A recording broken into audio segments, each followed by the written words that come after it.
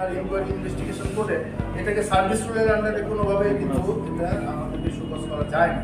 এটা আমরা কমিশনকে আজকে বোঝাতে চেষ্টা করছি, ওনারা বলছেন না আমরা ঠিক আছে, হ্যাঁ আমরা আইন কানুন মেনে করছি, আপনাদের কোনো জবাব থাকলে আমরা শোকজ জবাব দেবো, বাট শোকজের জবাব তো আমরা দিব, কিন্তু শোকজ করে এটা পত্রিকায় দিয়ে আলটিমেটলি আমাদেরকে সামাজিকভাবে হেয় করা হচ্ছে এবং আমাদের মিডিয়া ট্রায়ালের সামনে আনা হচ্ছে। তো এই অ্যাক্টিভিটিসটা ওনারা করছেন। ওনারা বলেছেন যে কমিটি রিপোর্ট এখনো প্রকাশ হয়নি, কিন্তু কমিটি রিপোর্টে সব কিছু কিন্তু আপনাদের হাতে চলে গেল। তো এটা কি ধরনের সিক্রেসি ওনারা মেনটেন করছেন আমি জানি। আমাদের দ্বিতীয় দাবি ছিল এটা যে এই ধরনের শোকজ করতে হবে। হ্যাঁ, আমরা যদি কোনো ভুল করে থাকি, কোনো অন্যায় কাজ করে থাকি, তার জন্য আমাদের সার্ভিস আন্ডারে ইনকোয়ারি ইনভেস্টিগেশন করে সেটা ওনারাই করবেন। আমাদের ইন্ডিদের যদি ইনকোয়ারি করতে হয় তাহলে ইন্ডিদের উপরে লেভেলের কমিশনারদের ইনকোয়ারি ওনারাই করতে পারেন। করে ওনারা কিছু অসুবিধা নেই, আমরা মাথা পেতে নিব। আমাদের অফিসাররা যতগুলো শোকজ করা হয়েছে অফিসারদের এই কমিশন এসে তার 3 গুণ শোকজ এই সার্ভিস করে এবং প্রত্যেক দিনই কোনো না কোনো কারণে শোকজ করছে। কিছুই না, এটা এইভাবে না লিখে এইভাবে লিখলো কেন শোকজ, হ্যাঁ এটা ফাইলটা উঠে দেরি হলো কেন শোকজ, হ্যাঁ এই অফিসার টাকা দেওয়ার শোকজ এইরকম অবস্থায় করে গেছে। কাজে আমাদের পক্ষে এই কমিশনের আন্ডারে কাজ করা সম্ভব হচ্ছে। শিক্ষা কমিশনে বলছেন এখানে নাকি কোনো ফাইল টাকা না দিলে কোনো ফাইল মুভ করে না এখানে আমাদের এখানে।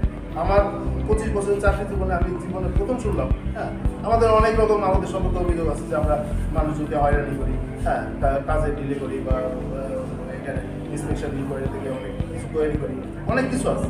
হ্যাঁ, কিন্তু আমাদের সব লেভেলের ডেস্ক লেভেলে ফাইল মুভ করবে না পয়সা না দিলে এই অফিস কিন্তু আমাদের অফিস না, আপনারা জানেন।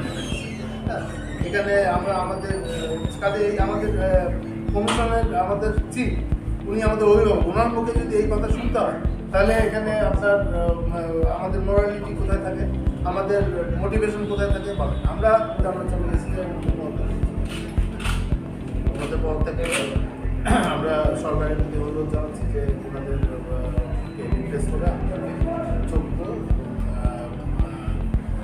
স্ট্যাটাসের লোক চাই।